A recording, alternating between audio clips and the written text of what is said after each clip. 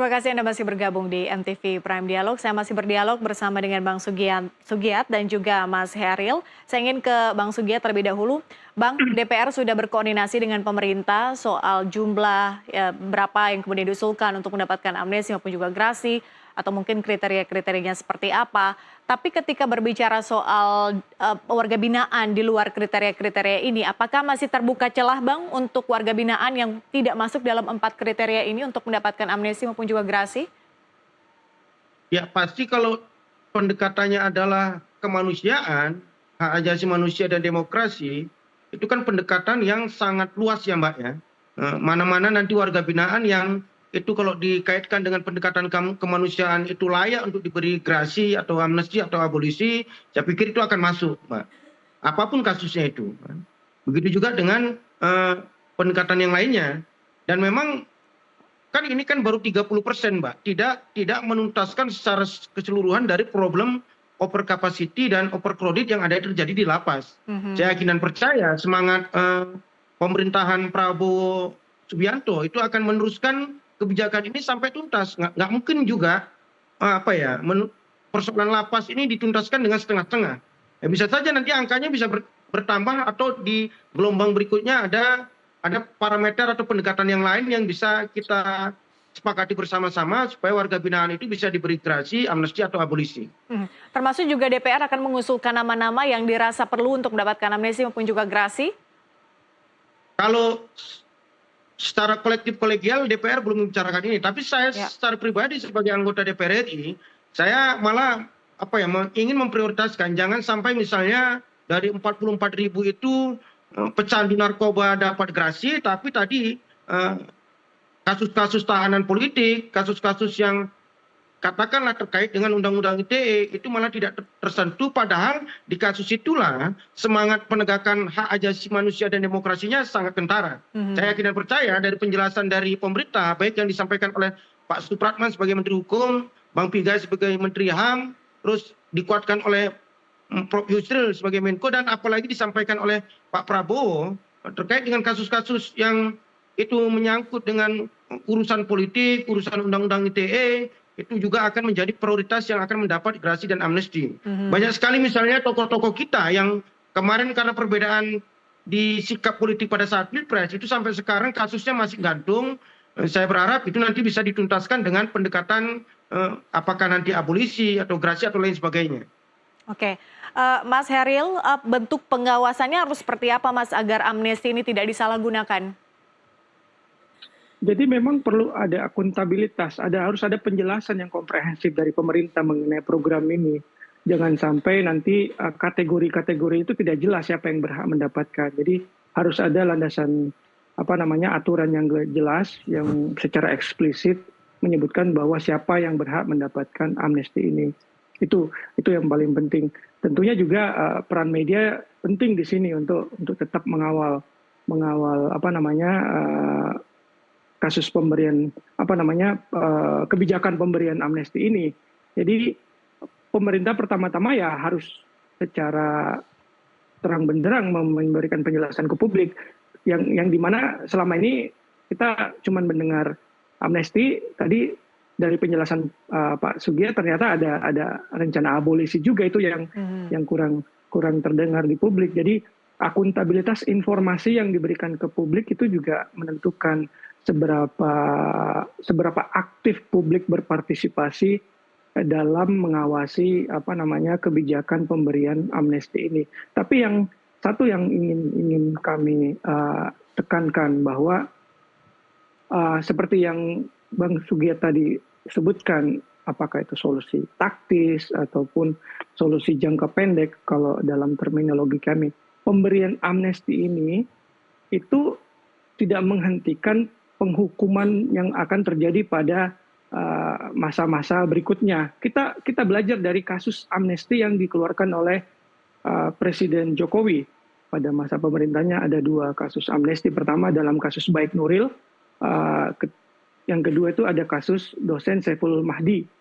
Itu sudah diberikan amnesti, tapi setelah pemberian amnesti tersebut, karena undang-undang ITE-nya masih digunakan untuk memenjarakan orang, masih banyak orang yang kembali masuk penjara karena adanya undang-undang yang bermasalah. Jadi ini yang perlu ditekankan kepada pemerintah bahwa amnesti ini tidak cukup, harus ada revisi ataupun penghapusan pasal-pasal bermasalah atau aturan hukum yang kerap digunakan untuk memenjarakan orang. Nah, pengampunan ini atau amnesti ini sebenarnya bukan politik angka. Jadi ini bukan soal PR pemerintah mengampuni 40.000 orang.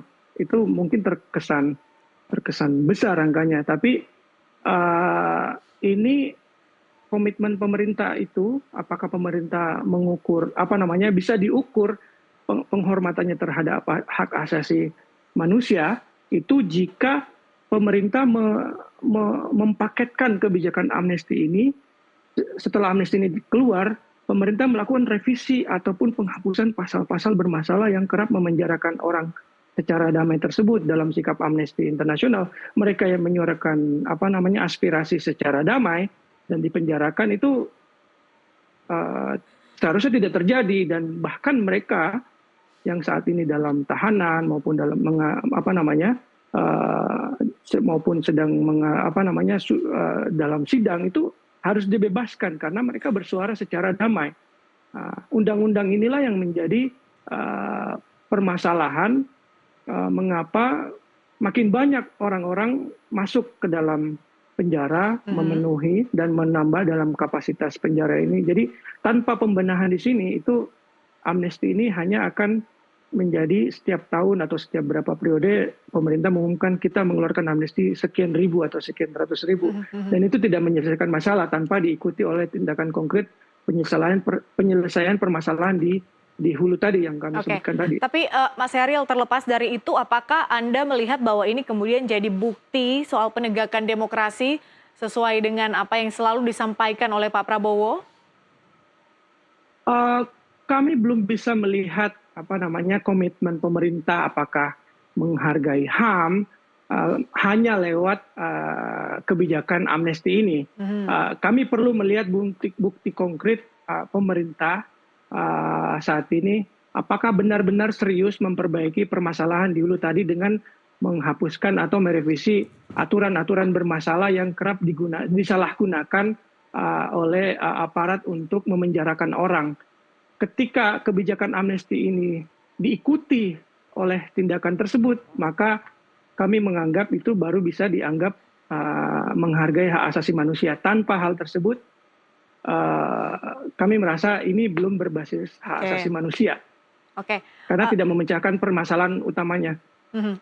Bang Sugiat ingin berkomentar, adakah mungkin nanti rencananya soal revisi undang-undang yang berkaitan dengan ya tadi 4 kriteria tadi, selain narkoba tentu yang sudah kita bahas sebelumnya? Ya, kalau terkait dengan undang-undang ITE, saya juga anggota Badan Legislasi DPR. Seingat saya memang sudah masuk dalam prolegnas prioritas yang akan dituntaskan oleh DPR di periode ini. Ya, kita tunggu, kita juga minta masukan dari rekan-rekan juang dari Bang Hairil, bagaimana nanti juga pengawasannya, bagaimana nanti revisi undang-undang ITE ini bisa cepat tuntas sehingga tidak ada lagi ya seperti istilah dikriminalisasi hanya karena perbedaan pendapat. Tapi saya optimis bahwa ini akan tuntas lah periode ini. Tapi yang paling penting, kalau undang-undang ITE mungkin warga binaan yang masuk penjara karena undang-undang ITE itu tidak terlalu besar ya. Tapi kalau terkait dengan kecanduan narkotika seperti yang data kami sebutkan tadi, memang di hulunya sudah tuntas, Bang Hairil. KUHP terbaru kita itu mengatakan bahwa pecandu narkoba yang tidak terlibat sama sekali dengan bandar dan kurir itu hanya direhabilitasi. Bang, itu berlaku 2026 ya Bang ya? Saya pikir semangat pemerintah akan mempercepat itu, Mbak. Karena memang kemarin dari beberapa informasi yang kami dapat, misalnya di pengadilan, hakim-hakim juga punya semangat yang sama bahwa mereka tidak akan memutuskan di pengadilan pecandu narkoba itu untuk dipenjara, tapi wajib direhabilitasi. Apalagi semangat ini sekali lagi kalau terkait dengan KUHP, semangat KUHP terbaru kita kan restorasi justice ya. Tidak hanya serta-merta bahwa KUHP itu adalah dalam konteks memenjarakan orang ke penjara, tapi lebih bagaimana menemukan keadilan secara bersama-sama. Oke.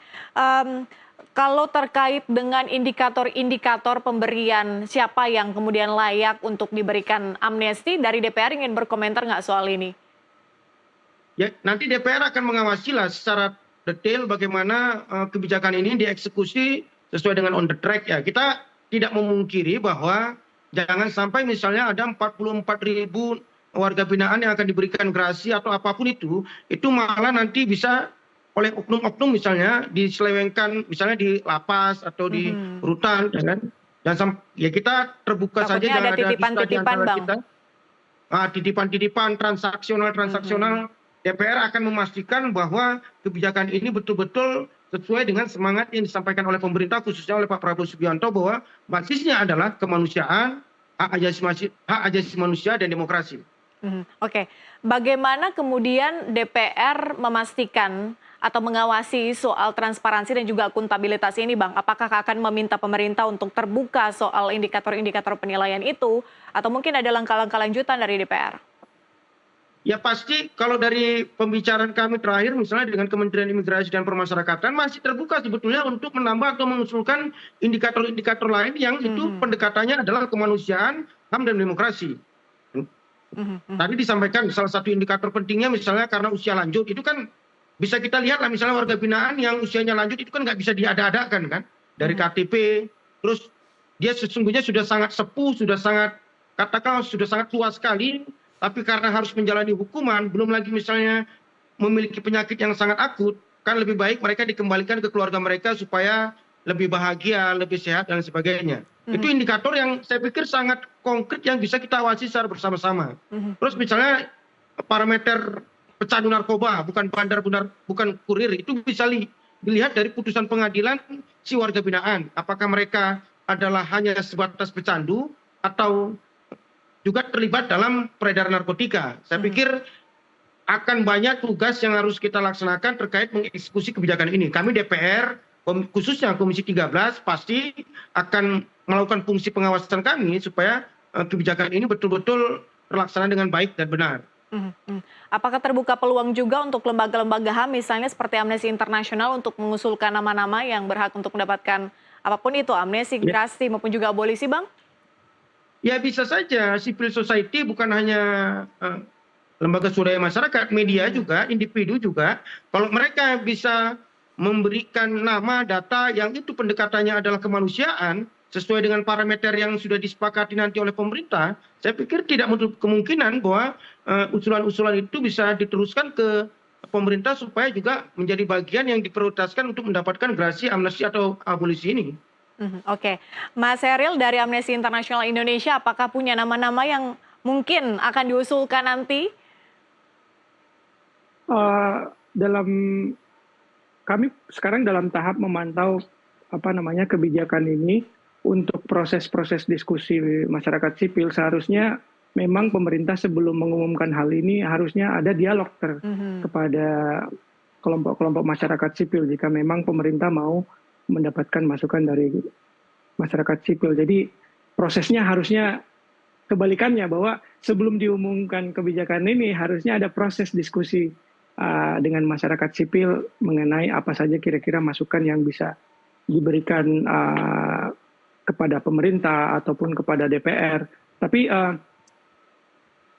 saya kembali lagi ingin menggarisbawahi bahwa tadi selain solusi yang kami sebutkan, revisi ataupun penghapusan aturan bermasalah, harus ini juga terkait dengan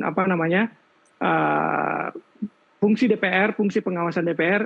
Di sini kita ada Bang Sugiat, harus ada komitmen Bang dari pemerintah untuk tidak lagi mengkriminalisasi atau memenjarakan orang dengan menggunakan dengan menggunakan aturan-aturan tersebut dalam proses penghapusannya ataupun dalam proses tinjaulannya. Jadi jangan sampai sebelum direvisi, jika nanti akhirnya direvisi ataupun dihapuskan masih sempat digunakan untuk memenjarakan orang. Itu saya kira tugas DPR untuk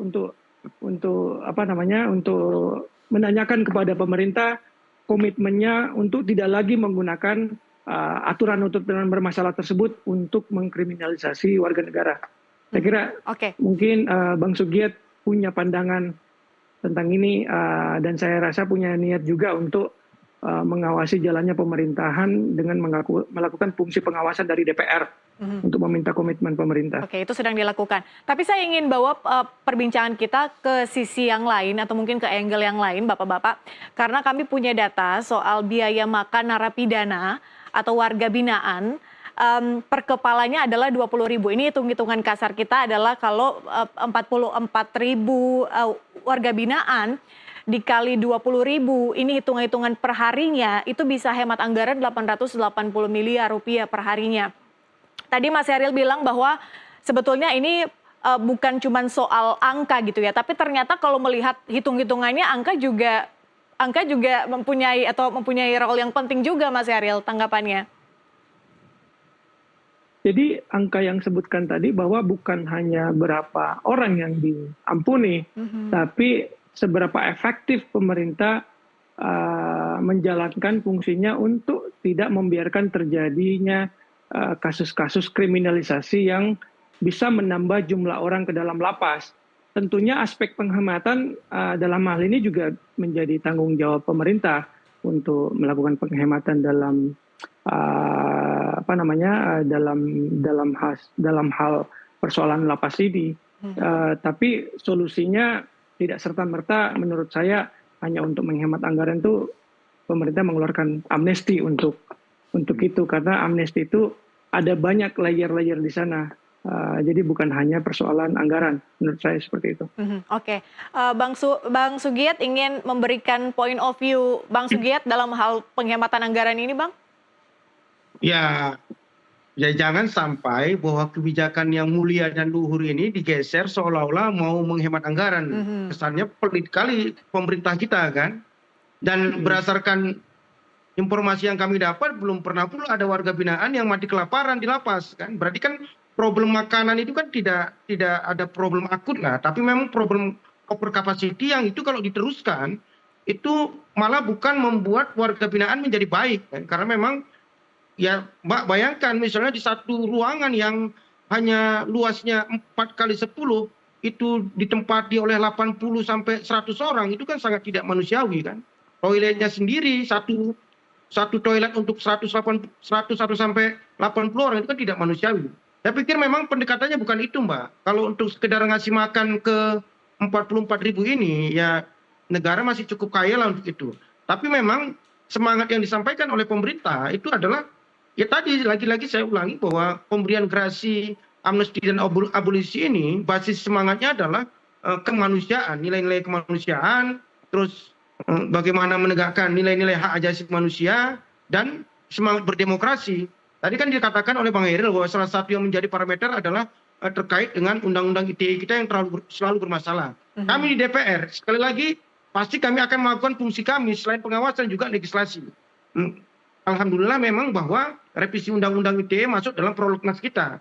Kami juga pasti butuh bantuan dari kawan-kawan civil society, kawan-kawan Bang Heryl untuk terus memantau dan memberi masukan bagaimana setiap revisi undang-undang yang terjadi di DPR berkolaborasi dengan eksekutif itu memang outputnya nanti, produknya nanti adalah utamanya adalah keberpihakan dan berkeadilan terhadap rakyat, baik pasal-pasalnya maupun ayat-ayatnya. Saya pikir itu, Mbak. Oke, kita kawal bersama agar proses ini kemudian transparan dan juga akuntabel. Terima kasih Bang Sugiat, Mas Heryl sudah bergabung di NTV Prime Dialog. Kita jumpa di lain kesempatan. Selamat malam. Dan pemirsa, demikian NTV Prime hari ini. Saya Patricia Mapalie mewakili rekan Dodi Dekeizer mengucapkan terima kasih untuk kebersamaan Anda di program NTV Prime.